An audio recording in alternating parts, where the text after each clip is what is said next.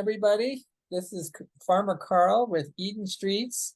I'm so pleased to have you join us today. This webinar is being recorded for those later who want to listen in. And we're delighted today to have a guest speaker with us, Trevin.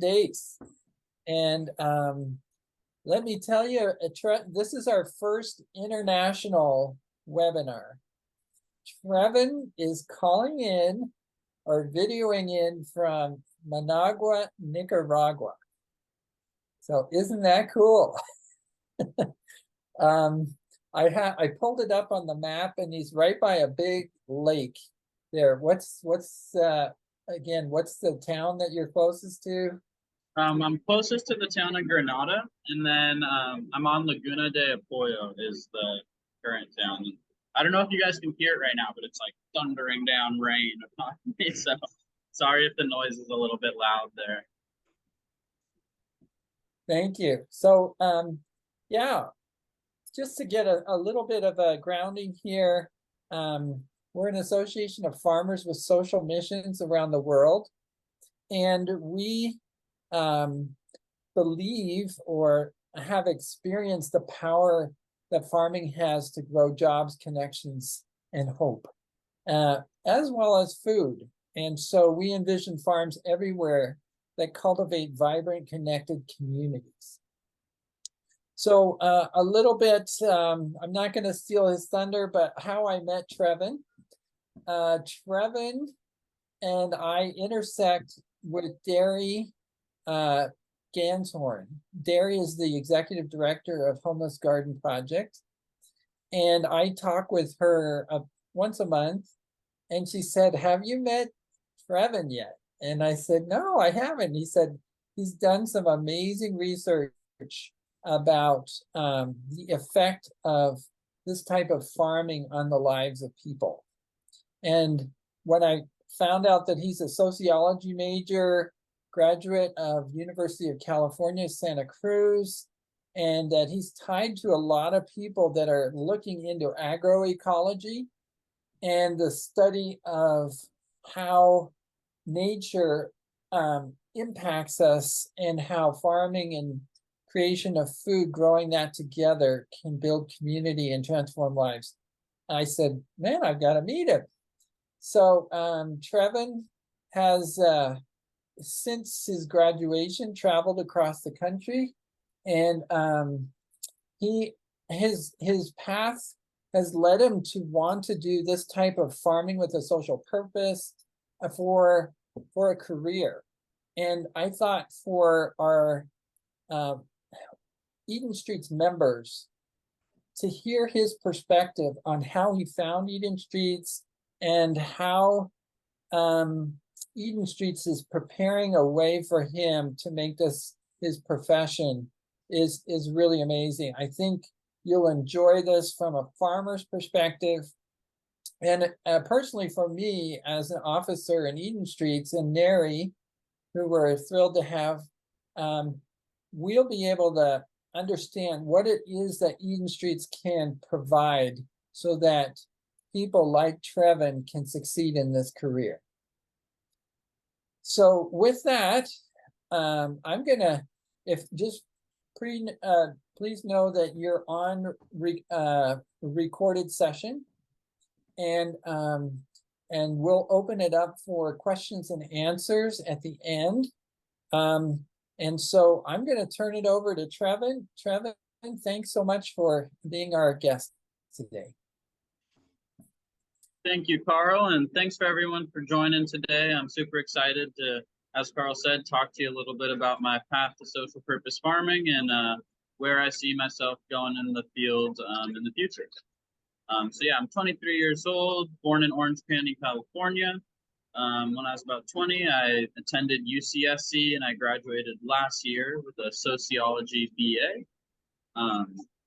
And some of my personal interests I'll go over a bit are hiking and surfing, and traveling super important to me as I'm in Nicaragua right now. Live music and dance and kind of those things that bring people together. But really, I've always been kind of drawn to anything outdoors, and that's kind of molded my interest in field as well. Um, and so then my educational interests are what forms social connections, and I've also been interested in. Kevin, you're breaking up. Is it possible to get closer to the mic? Or Yeah, that's better. yeah. Can you hear me a little better? Yeah, that's better. Perfect. Thanks. So yeah, my educational interests have always been drawn to what form social connections, hence my degree in sociology. And then I've also been interested in alternative ways of addressing well-being and mental health. I've always kind of felt that, the current paradigm in our mental health industry doesn't exactly check all the boxes for me and others. So yeah, I've just been interested in various ways of addressing it. And since graduating, I've backpacked through Europe and Morocco, and I did a work trade in Switzerland on an organic beef and produce farm, and that's the picture right there on the left. Um, Currently in Nicaragua, and I recently just got back from a trip across the U.S. And while I'm in Nicaragua, I hope to do some farm work trade, both in Costa Rica and.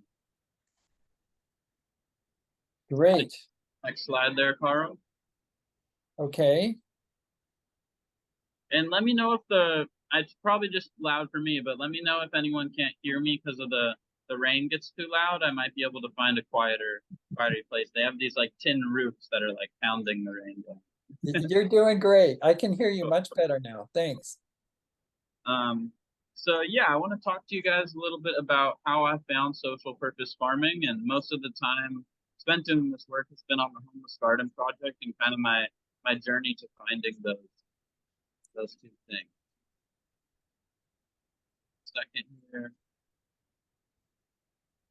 So I wanted to outline my educational and personal interests, mostly because it was a combination of my personal interest in draw to nature and being in the outdoors, and then paired with my educational interest in social connections and alternative ways of addressing mental health. And that really led me to studying nature therapy at first, the broad field of nature therapy, which is basically studying nature as a means of addressing well-being and mental health, and the ability that connecting with nature can have on boosting mental health and treating a lot of mental illness in society. And farming therapy quickly became a progression of that, as like a specific sector of my interest in nature therapy. And with that in mind, I quickly began volunteering at the Homeless Garden Project after attending UCSC, which for those of you that don't know, the Homeless Garden Project is a 3.5 organic farm that provides transitional employment and support services to those facing homelessness. And my goal here was to get some social outreach, dive deeper into my interest in nature therapy, and deepen my own connection to nature and food. And it was a really great time volunteering. I wanted to stay on the farm and become a deeper part of the farm. And so I enrolled in a 3-month internship. And that's where I really, through that internship is where I became really passionate about farming's ability to positively affect social, mental, and environmental health. And I really started viewing farming as a source of therapy and ability to address many social issues. And so after my internship, it was time to conduct my senior thesis. And I was super passionate about this new idea of farming therapies. So I conducted my thesis on how farming impacted well-being on the Homeless Garden Project. And then this is my study. And so the general goal of my study was to understand how agriculture affects well-being. And second, what aspects of the Homeless Garden Project help to foster these benefits that farming can provide. So I had 2 core research questions. The first one was, how does agriculture work affect psychological and social health? And so that basically is what specific benefits did farming provide to the individuals I interviewed? And the second is, what factors mediated the benefits that agricultural work provided? And that's a really important one, and I'll get into that a little bit later on why I think that highlighting the mediating factors is so important. And my methodology is I interviewed staff, interns, and the trainees on the farm. and asked them a series of questions on how farming on the Homeless Garden Project farm impacted their well-being. And I analyzed those for common themes in relation to my research questions. And then the findings of the study in general was that agriculture is an effective application of nature therapy, and a high degree of benefits are provided to social and psychological health through farm therapy. So you can press the next slide there. And this is a picture of my poster that I did, and I shared it with Carl. Yeah, it's a little bit better picture there. There we go. And so I shared this with Carl, and it might be up on the Eden Streets website, along with my final thesis paper is up on the website and the blog post I did for the Homeless Garden Project. So I'm just going briefly over the study, but anyone who wants to know more about the study or dive deeper into the research I did, you can do that up on Eden Street's website. And so you can press the next slide there, Carl.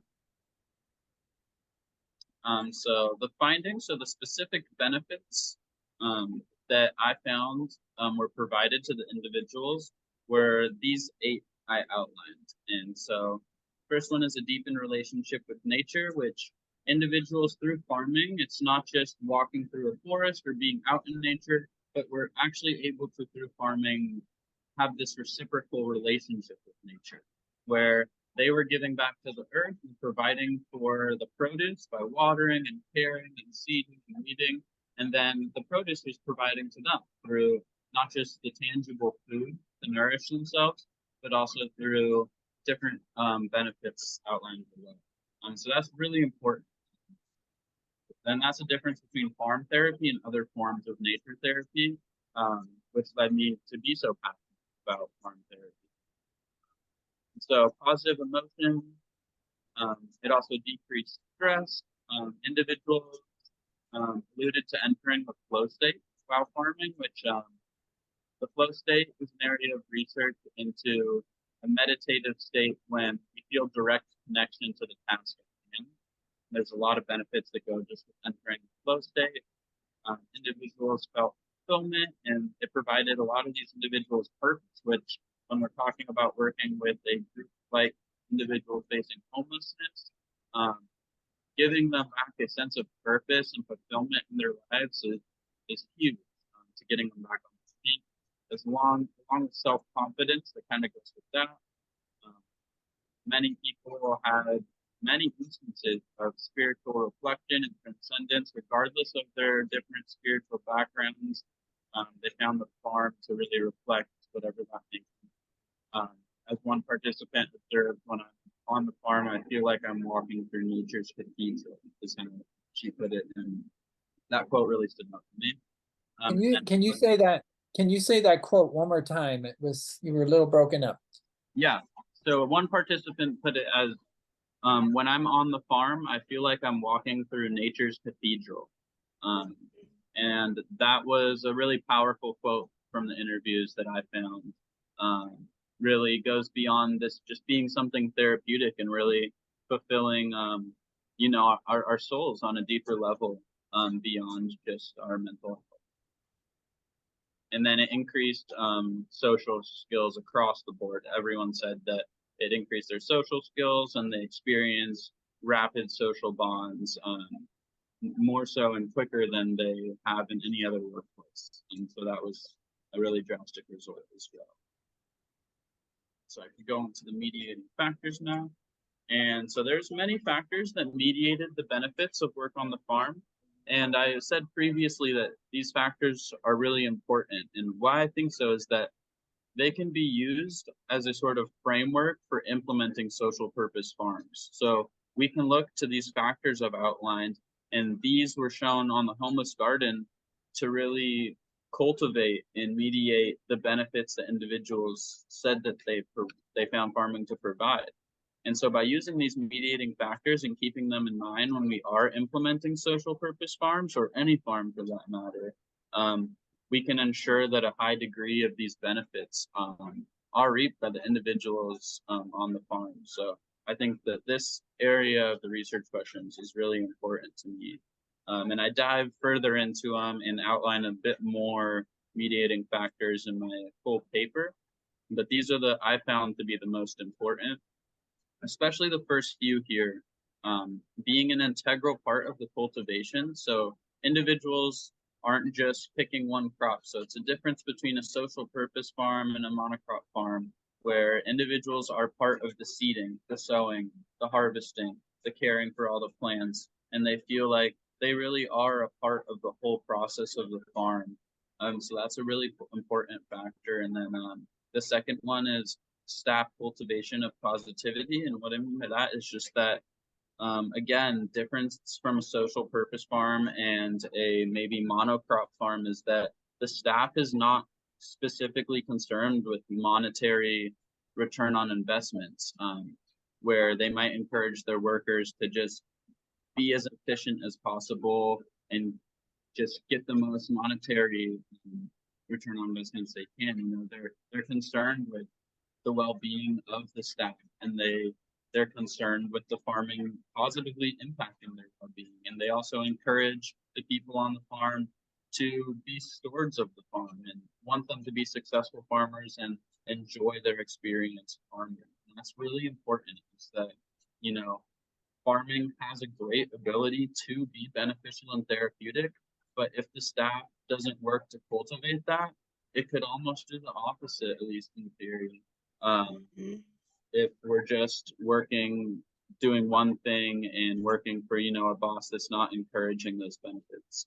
And I won't go over all the other benefits. They're outlined in my paper. They're pretty straightforward here, but yeah, those are some of the other mediating factors that I think are super important to keep in mind when we're implementing these social purpose farms. And then I got some conclusions here. So the main conclusion, as I said earlier, is that farm therapy is effective and accessible application of nature therapy. And the great thing about farm therapy is you don't need to be out in the middle of the forest. You don't need to have access to expansive nature. You can do it in a highly industrialized urban place or rural place. You know, you just need a couple of garden boxes and some soil, and you can get all those benefits and get that deep connection to nature. So that's something really special about farm therapy. And it provides a multitude of benefits to individuals, society, and the environment. And then lastly, I think that the findings from this study and Homeless Garden Project as a whole can and should be used as a framework for implementing therapeutic farms throughout society, both nationally and globally. Yay. Thank you. And so that kind of wraps up the study I did. And like I said, you can ask questions at the end or go to the Eden Streets website. And so now I'd kind of like to get into where I see social purpose farming going and what I drew from that study. And yeah, where I see, you know, this field progressing as a whole. And so I have my goals are twofold. Is on one hand, I have goals for just farming as a whole, this field of social purpose farming and where I'd like to see it go. And then secondly, and more specifically, are how I see myself involved in social purpose farming. And I'm going to outline those goals and then kind of discuss how I see Eden Streets being involved in my success with those goals. So my goal for farming as a whole largely is just for more farms to be implemented throughout the world.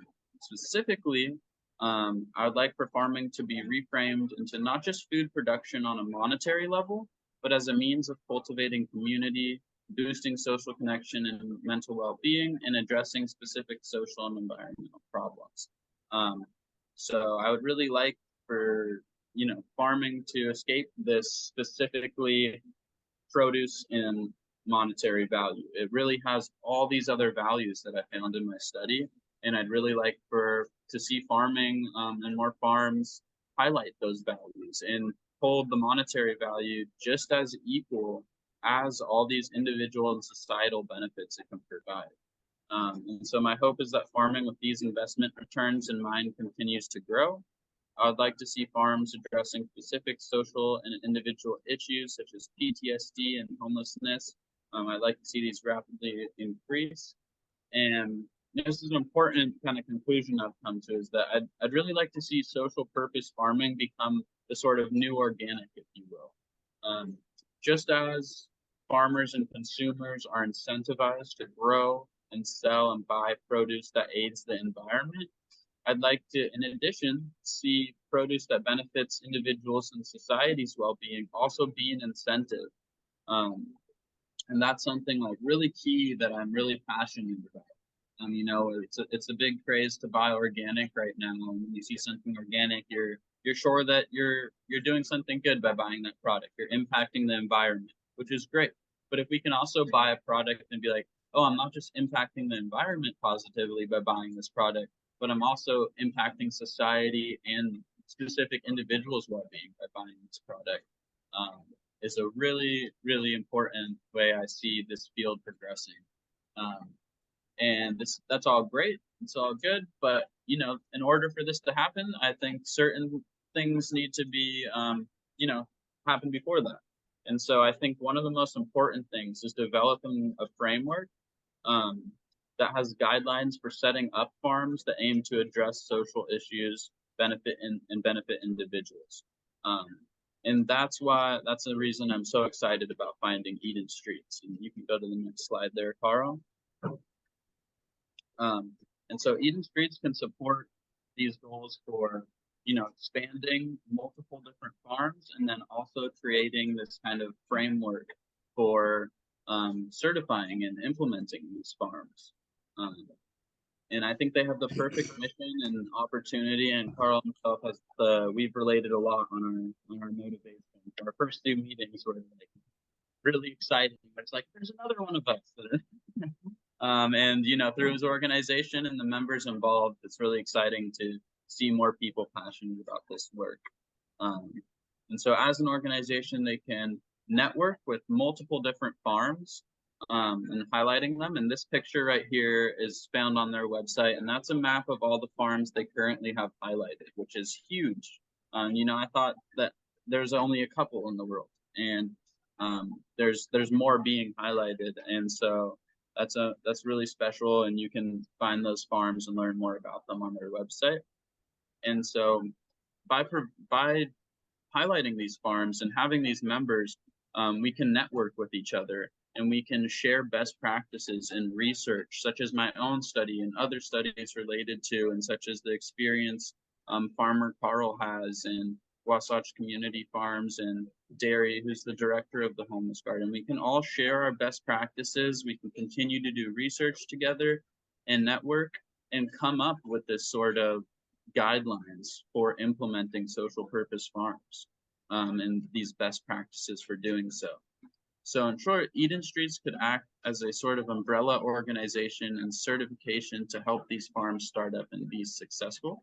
They can provide a template covering everything necessary for these farms to start up. So that could be gaining funding, farming know-how, best practices to ensure that individuals are reaping the benefits farming can provide, and then networking with others to enter mutually beneficial relationships.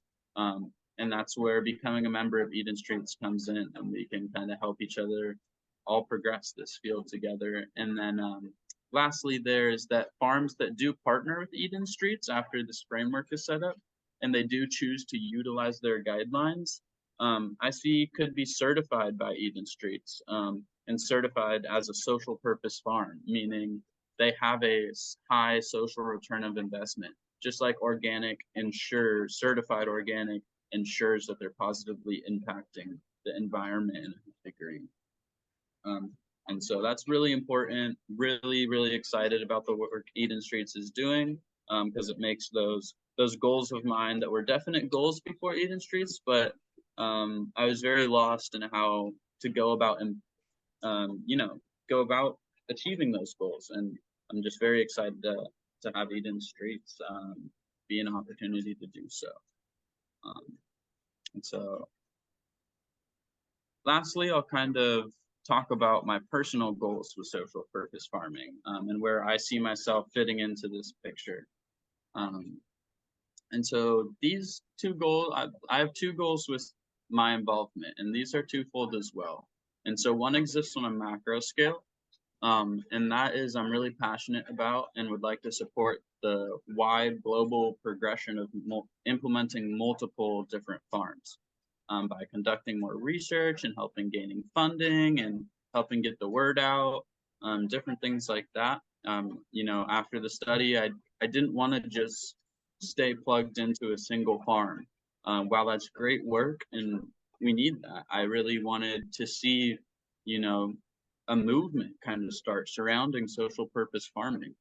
And then on the other hand, on a micro scale, the core of my research is in how beneficial it is to be in the soil every day and get that daily connection with a plot of land and learn it season by season. And ideally, I would like the core of my daily life to be working closely in the soil, and I would like to later in life be plugged into a single farm. And I'm very passionate about that as well. So at times, these things seem conflicting, in being involved in a big movement and then in moving around and traveling, but then also wanting to just be on a single farm. And I'll talk about how also happy I am to have found Eden Streets with that. And then so in order to achieve my personal goals, so where I kind of see myself going over the next couple years is just gaining as much travel and social and farm work experience as I can. I went to Switzerland and worked on a farm. I worked on the homeless garden. I hope to do some work out here in Central America. And I just ideally would gain as much various perspectives on farming as I can. While, also scratching my travel bug itch as I clearly have. And yeah, just gaining that various backgrounds and experience. So, later in life, I have those experiences to be fulfilled and, that background. So I am ready when the time comes to start up my own farm or plug myself into an existing farm. And as much as I'm passionate about doing that now, I feel that, I want to gain such a wide array of background and experience before I do that, to ensure I'm ready to do that and I can, be as successful as I can when I do start my own farm or mission, like Grow Ogden or the Homeless Garden Project. So you could go on there, Carl. So lastly, I'm going to talk about how Eden Streets can support my personal goals, which is very excited to find Eden Streets because, like I said, those two goals seem conflicting at times. Of having this idea of wanting to start a movement and start an organization and progress, this big movement and implement multiple farms, and then also wanting to, be in the different phases of my life and let them flow, gain farm experience as they come, and then plug myself into a single farm. And after finding Eden Streets, I felt that they provide me with the opportunities and tools needed for me to achieve both my macro and micro goals, and also for them to work in coexistence. So by partnering with Eden Streets, like I showed you on that map, they give me the ability to visit multiple different farms. It's kind of hard at times to find these social purpose farms. They're a little bit in the nooks and crannies at this times. And I'm so excited that Eden Streets has, I think it's 150 right now or something like that. Yeah, more than that. Yep, but yeah. around there. Mm-hmm. Yeah, that I can go on their website and click a state I want to travel to and find a farm aligned with the work we're doing. And that gives me the ability to travel and gain the farm experience I need. And there's also an avenue to continue to research while I'm on those farms, and share that with Eden Streets and with the different members of Eden Streets to further that that shared framework so we can progress, farming as a whole. And so it really allows me to both work on my micro goals of eventually having the tools through Eden Streets to start up my own farm, through them providing me the know-how to do so and how to gain funding when the time comes and all that. and also right now be able to travel to different farms and gain that experience. And at the same time, throughout the whole phase of my career, the different phases, wherever they take me, by just simply being a member of Eden Streets and logging onto webinars like this and networking with other people and farms and sharing the research I have, um, I can lifelong be a part of implementing multiple farms across the globe, without, you know, giving up these other experiences to do so, and I really am grateful for Carl for starting this organization, because I can still do what I plan to do and have my own personal and career fulfillments and be a part of this organization, that is really moving social purpose farming forward and working to implement farms nationally and internationally. And yeah, it's really exciting. So in short, Eden Streets provides me with the opportunity to carve out a present and future career for myself based on my shifting aspirations as someone dedicated to social purpose farming. And yeah, thanks again, Carl, for having me on. Thank you all for logging on. I really am very passionate about the research I've conducted and the opportunities Eden Streets provides me to continue to work on that. So yeah, thank you, everyone. Wow. Trevin, excellent work. I'm thrilled that you could share right from your heart your passion and how your life can unfold, and at least Eden Street's providing a framework for the next steps in your aspiration. So excellent. You know, when you said that, I just thought about um, this need to share. There's so much to learn. One thought came to mind, we could all show up in Boulder, Colorado and, help the community build one of these farms in a matter of a weekend and all be together doing active things and having this experience where then we connect face to face, and then when we fly back to California or New Jersey or Philadelphia, we can take what we've learned and the relationships we built and just catapult this organization forward so that we're meeting our mission, farms in every community like this. So yeah, we wanted to open it up for discussion. Please, this is your chance to ask away, Trevin. And if it's something you need me to answer, want me to answer, I'd be glad to do that. So I'll open the floor to everyone. Why would you want to go to Boulder? You can come here. Fort Collins. I got it all set up already. I've been waiting for you guys for 20 years. Where have you been? I was all by myself. I studied horticulture therapy, and that was when it first came out. It was through CSU, Colorado State has a horticulture therapy program. And it's similar to what you were talking about with the agriculture therapy, nature therapy. And it's come a long way.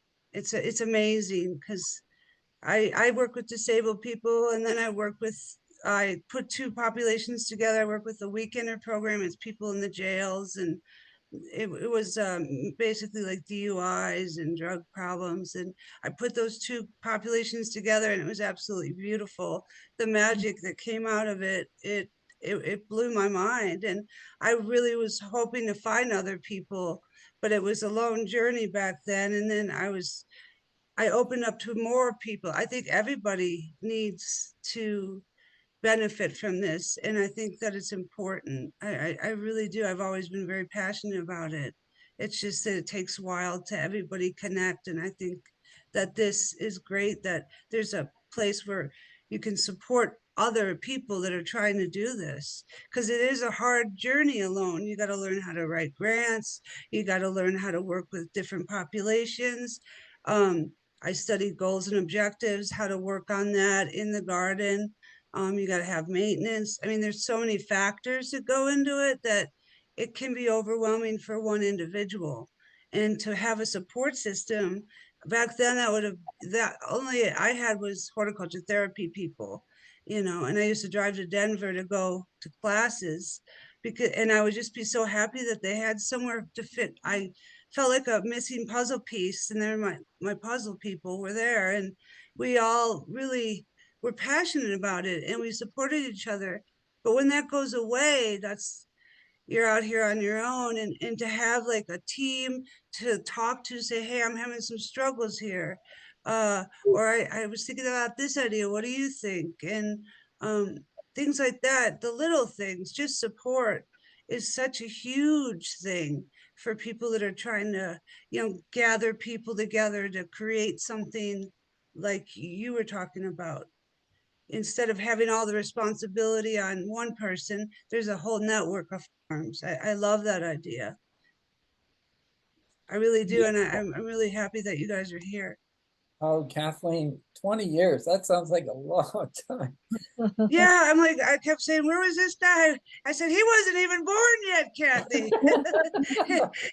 Because I'm like, this guy, where was he when I was, feeling all alone and kind of like a weirdo? And I would talk to people, they loved it, but they were like, huh, interesting, but it was so different. That's the response I get. They're like, yeah, you're from a different world. Yeah, they did that to me. And now I'm like, oh, but people love it. They love it, but they didn't understand what I was trying to do. Mhm. Some people did. The horticulture therapy program was amazingly like a gift from God to me because I knew I was on the right track. But then my path broadened to all populations, not just developmentally disabled teenagers and adults. It was like everybody needs this. And well, I Yeah. can't do everybody. You need a network. It's like a healer. You use the garden or the farm to heal. You could And have animals on there. That in itself is animal assisted therapy. My aunt did a thesis on it in the 60s. I started a program. I didn't even know she did her thesis on it. That's powerful too. The farm can combine some very powerful elements that are very healing in a holistic yeah. way. And the way I say it is everybody that comes on the farm to work together is transformed by it. I don't care what your social standing is. I don't Yep. care if you're a leader or you're somebody disconnected. It transforms everybody. I use the word relaunch to kind of couch that, but really it's an amazing feeling, the state of flow that Trevin was referring to Yes. is this connection with nature that is so powerful and so energizing that we need to get this word out. So I'm really thankful, Kathleen, for your working in the trenches for 20 years to get this going in Fort Collins. Yeah, it was hard. I mean, me and Dad got into some fights, and I was like, "Where? Hey, I'm only one person," but the magic that I'd see in the garden and on the farm, because I had animals and we were growing produce. And one thing I wanted to say about you saying not to be monetarily focused. I wrote grants and stuff, and we didn't focus on just getting the money from the vegetables. But I did teach my kids who had like Down syndrome and all sorts of different disabilities how to count change. I mean, I blew people's mind with, they never even thought they could do that. But it was a slow process. If I want to, you have to be and it has to be positive.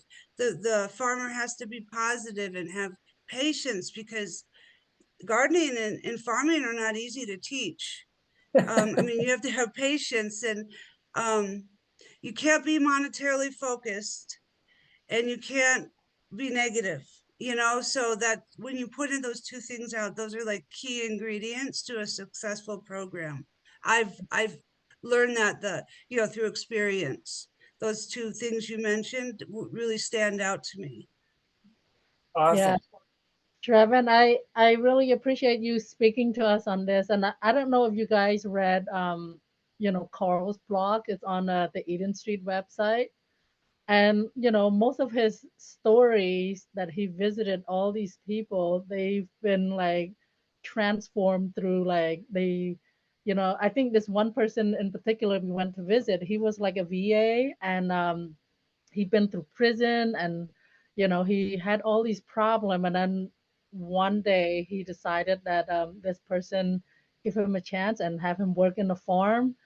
And then now he just seems such a happy guy, and he was just so happy that he was able to clean, sober for a while and be able to like work in the farm, and helping other children, teaching them like, he's like teaching them how to work on a tractor. What was it, Carl, that he was working on? It was like a tractor or something. He's like teaching them all these little skill, and like, about different farm. And I think it really does transform people's life. It makes you feel productive. It makes you feel like you have more meaning into life. Yeah, and you belong. You belong Yeah. to the Yes, plant, a sense of belonging too. Yeah, belong exactly. to the earth, you belong to the people on the farm, and you belong to a solution for what society needs. So yeah, it's powerful. And yeah, and it's so powerful because Carl and I work with this youth in Philadelphia, and it's interesting because these kids grew up in the city, in the poor sections of the city, but then when they were outside working the garden, you can see the light in their eyes and the joy that the soil, the earth bring to them. So yeah, it's amazing. Can I Great. tell you a quick little story about a client I had in a wheelchair? She was in Sure. a high school and she was had a muscular disability and she could only like move her hand really, and she was depressed and a teenager, and she didn't want to live anymore. And they gave her to me, and I said, well, what would you like to do? And she went with the animals, and then we started gardening. I put her in the greenhouse, and with these fingers, she could plant seeds like, and she's like, wow, I can do something. And she started planting seeds, and I mean, she filled up the greenhouse, and all the other kids were like having a hard time keeping up with her. And she started she really like she was a very serious focused woman, and she was frustrated at her body parts not moving, but she wasn't eating. So when at the by the end of the season she started eating the vegetables, gaining weight. She was like 50, 60 pounds. She was so skinny, but she started eating. As soon as she'd get off her bus, the school would bring her here. She'd beeline it with her electric wheelchair to the llama Emma, and like Emma would give her kisses in the morning on her head. Animals knew that the handicapped kids, and I mean, the girl lit up. Her whole life changed. She started eating. She made friends with the other kids. She was positive. She wasn't mad at her parents anymore. She felt like a human being, and she went on to have vocational skills that she could use and a direction, in her life. And I'll never forget the letter she wrote me when my dad died. She said, "You've helped me more than anybody I've ever met. And I just want you to know I feel for you. I see your sadness." Because my dad died really fast of cancer, and he was like my garden buddy. He was really into nature, and he knew what I was doing. He understood what I was doing. And I was just so amazed at her. She didn't talk hardly, but she typed, and that must have taken her forever to type me this lovely letter to thank me. And it really touched me. And every time anybody would see her, like the donors and stuff wheeling around here, they'd start to cry because Mm. they were like so moved by her. And she'd wear this leather jacket sometimes. She was cute. And it was just a beautiful thing. And it was just it she was really done with this place, and to bring her back, like it was like I felt so it made me like this has to be everywhere. This Yes. is so important. We're missing something in life. This Yes. can cure depression. This can help vocational skills. This can help prisoners. They can all help each other. And 20 years ago, you really didn't have many people to say that to, but I just Yeah. wanted to share her story. Her name was Tammy, and I'll never forget her. I see her around town now. She's still, hey, and I see my kids around. They really appreciate it. It's really like the paycheck you get is it's not monetary. It's spiritual. It's a Yeah. spiritual like feeling. I've done something good, like with the energy and the gifts I've been given. And I don't know, it was just, it's a beautiful craft to hone in on, and we need more people to Thank be you, able to Kathleen. do this. Beautiful. Thank you. Does anyone else want to share? Jess or Yeah, I'd like to chime in. yeah. Yeah. Thank you for sharing that story. That's an amazing story. Oh, And thank you. yeah, thank you. And thank you, Trevin. This has been so exciting and inspiring. And you're putting to language a lot of sort of thoughts and processes that I've experienced over time. Like even just, farms with a social mission, that's I'm hearing through Eden Streets. It's like this new language, like, oh yeah, that's what I'm going for. That's what I've been interested in for so long. And, farms with a social purpose and ag therapy. And I think that, and all of us have been speaking to it, but I really think that it's the sense of belonging and, what is missing? Well, I think a lot of it is our relatedness, our sense of relatedness to nature. And as you were pointing out, Trevin, it's this type of therapy or this type of approach to farming is different than a lot of other nature therapies where there still seems to be this separateness, forest bathing. Of course, yeah, of course, beautiful. Like let's do all that. But also with farming, you have your hands in the soil. There's this reciprocity that you mentioned. There's this give and take, like you're harvesting vegetables that come from the earth through a process of collaboration that it's I think it really is that need to matter and that need to belong, and to matter to what? Well, I think it's mattering to nature and mattering to each other. And we are ecological bodies. We are ecological beings. And I'm just so excited. I'm just so excited about all of this. And I've just been learning about Eden Streets the past, few weeks, and I'm really glad I attended today. So thank you, everybody. Thank you for sharing, guys. It's Wow. like I said to Carl, it's so nice to find other people passionate about this line of work. I think, but you expressed it, Kathleen, too, and I can imagine at that time either. It's oftentimes when I was beginning this research, felt like, where are the others? And through Eden Streets, I'm just meeting more and more people, all in one location through these webinars and different networks. So yeah, thank you for sharing that. It's really special. Oh, I have tons of stories. I mean, I've seen some magic happen, and that's like I kind of got addicted to seeing it because it's like, it's when you don't even expect it. Like one of my kids I say, can you do this? And she'd be like, sure. And she'd get her boyfriend to do it, who had Down syndrome too. So she was like bossing him, or she was like being his supervisor. It was cute. I'm like, no, no, no, no. And I had to teach her, redirect her. No, just, your chore is your chore. And, I know you're trying to micromanage him, but that, and just little things that the teachers would talk like, can you work with them on that? Or, just little social things that they might need. And it always appeared in the garden. And I just can't tell you the magic. People open up in the garden. There's something about it. They just open up. I've heard people tell me stories. Just all of a sudden, you think they never talked to anybody about anything, and they'll just start talking in the garden about what they're going through. And that's such a big thing in this movement, is that people really just need a safe place to be able to communicate. Wow. Yes. Any other comments, questions? So those of you that have had some experience doing this as far as building community on a farm using this kind of work, what amount of voice have you given to the participants in deciding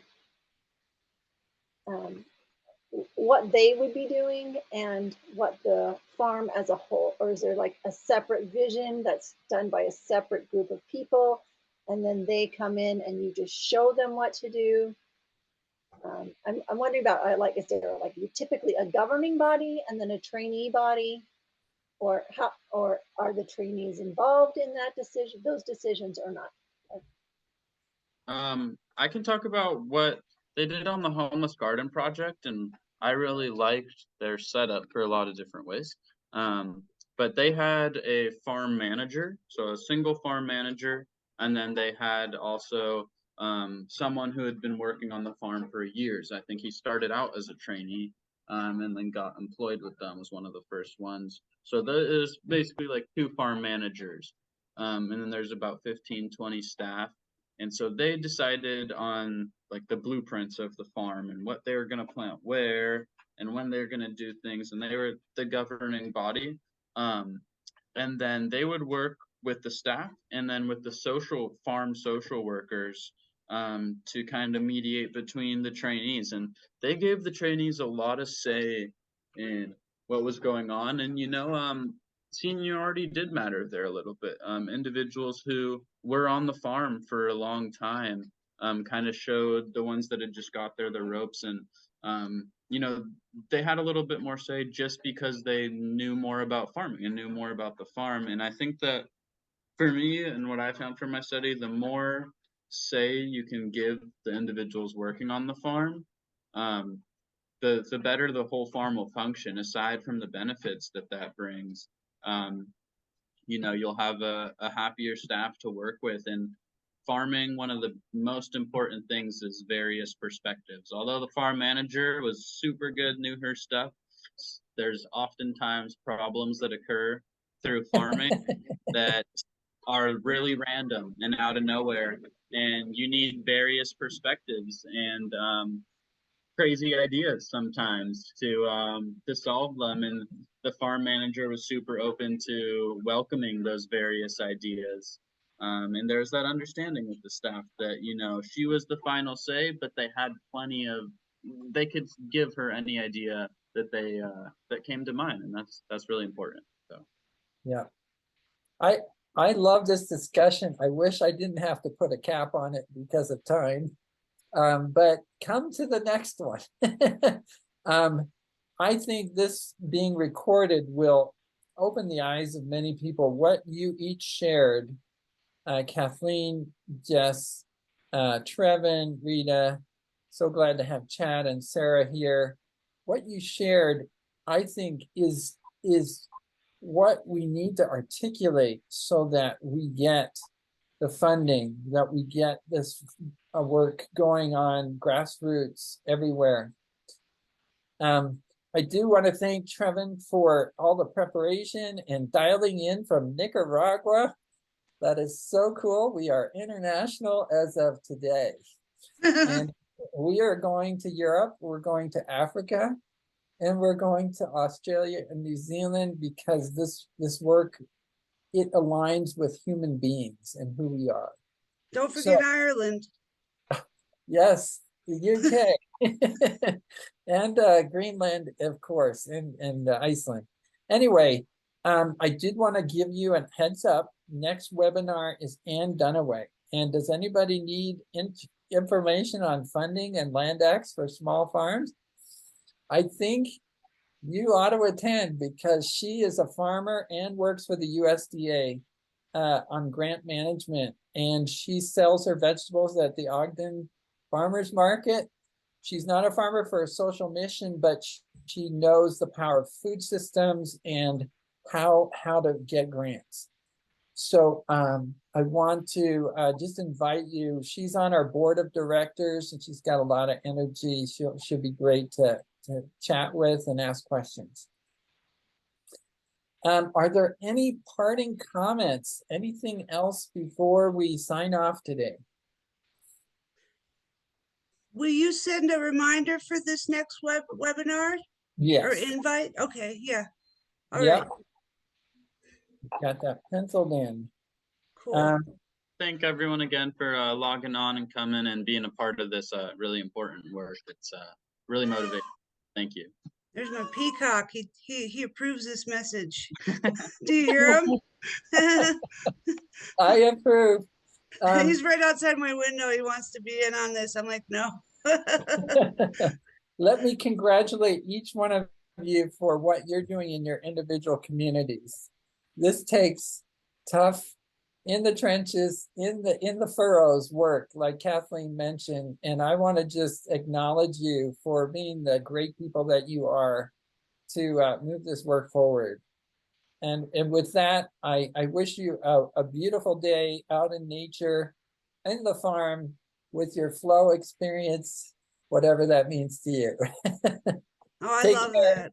Thank All you. right. Thank you so much for inviting me. I You had a bet. really wonderful time. I'm really impressed with this organization. We're in this together. I hope we see more of each other. I'm so glad you're here. Thank you very much. Okay. Take Take care. care.